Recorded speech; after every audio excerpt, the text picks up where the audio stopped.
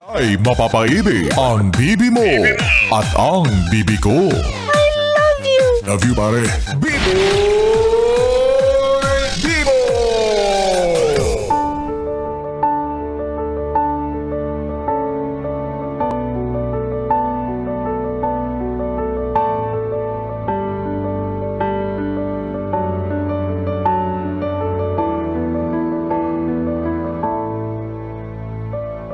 Yes, friend, ako'y nagbabalik, DJ B-Boy Bibo, para sa ating tuloy-tuloy na BB Time tungkol sa usaping anxiety.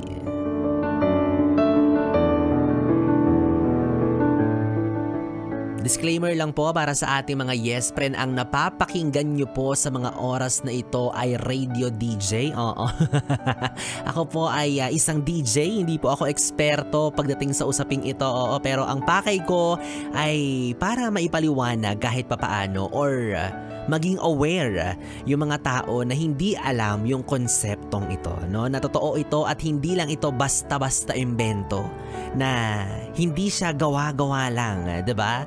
Kasi may mga iilan pa rin sa mga yes friend natin, no, na pagdating sa ganitong usapan, akala nila nag-iinarte lang, gawa-gawa lang, imagination lang, drama-drama lang. Sana nga ganun lang siya kababaw, no? Pero hindi eh. Hindi siya gawa-gawa.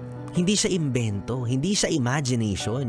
Malalim at seryoso po yung nararanasan ng mga taong may ganitong kondisyon. So ikaw ba, yes friend? Minsan ka na bang nakaramdam ng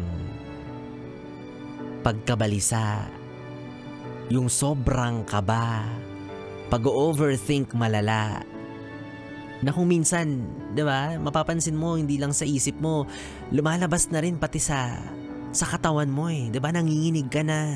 Tapos bigla ka na lang maluluha, tapos hindi mo direktang matukoy kung saan lahat nagmumula, kung saan galing, kung anong dahilan, kung anong rason. Kasi kung oo yung sagot mo, gets kita. Alam ko yung nararanasan mo, naiintindihan kita. Yung tipong ang saya-saya mo, okay ka naman, then out of nowhere, bigla mo siyang mararamdaman, bigla siyang aatake, bigla siyang susulpot na parang kalaban, 'di ba? Kumbaga kahit saan, kahit kailan, pwede siyang mangyari, especially kapag naka-encounter ka ng mga triggers mo, yung mga bagay na kinakatakot mo, yung mga bagay na bumabagabag sa'yo. Kumbaga, it happens anytime, anywhere. Hindi siya maiiwasan.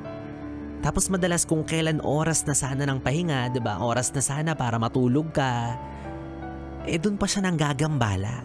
Yung pagpikit mo ng mga mata mo, kasabay nun yung dami ng tumatakbo sa isip mo. Kaya kahit gustuhin na ng katawan mo na matulog ka at magpahinga, yung utak mo tuloy pa rin sa paggana.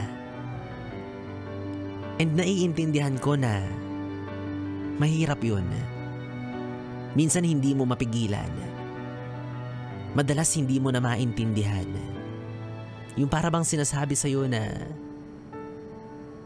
hindi, huwag ka munang matutulog, huwag ka munang magpapahinga. Yun lang eh. Yung kahit man lang sana sa pagtulog, makuha mo yung pahinga, pero dun pa siya nangyayari madalas. So again, gusto kong sabihin sa'yo na naiintindihan ko yung nararamdaman mo. Kasi maging ako minsan, danas ko siya, nangyayari din siya sa akin, no? Na akala nila porket palatawa ka, porket masiyahin kang tao, wala ka ng problema. Pero sa likod nun, doon mo lahat nararamdaman. Yung sa labas nakangiti ka, pero sa loob mo parang lugmok na lugmok ka na, 'di ba? Yung wala ka namang problema, pero hindi mo alam kung bakit malungkot ka, 'di ba?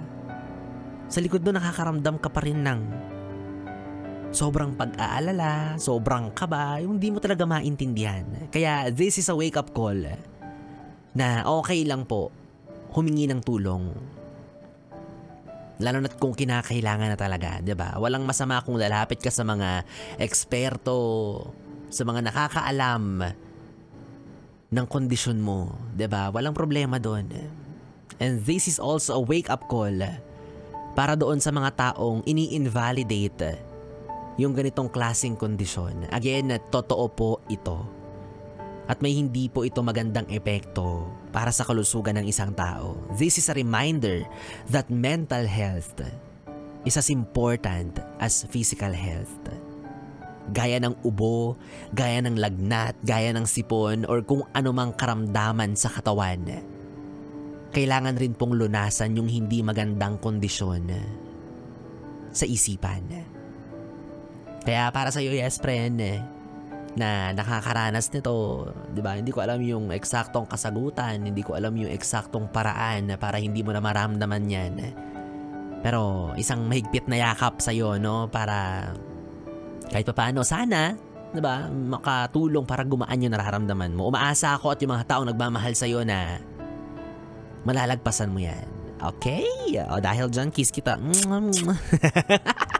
Humirit pa ng kiss eh. Well, anyways mga yes friend, 3 oras na bibi tayo ang ating pinagsamahan. Nakapiling niyo po ang bibi niyo sa radyo, ang DJ na mabilis bumayo ang dila sa mikropono. Ako po si DJ B-Boy, B-Boy Bibo. Magkasama at magkarinigan tayong muli bukas sa parehong oras. Dito pa rin at dito ka lang sa istasyong No Problem, ang 101.1 Yes FM. Solid. Good day, baby. Mwah, mwah.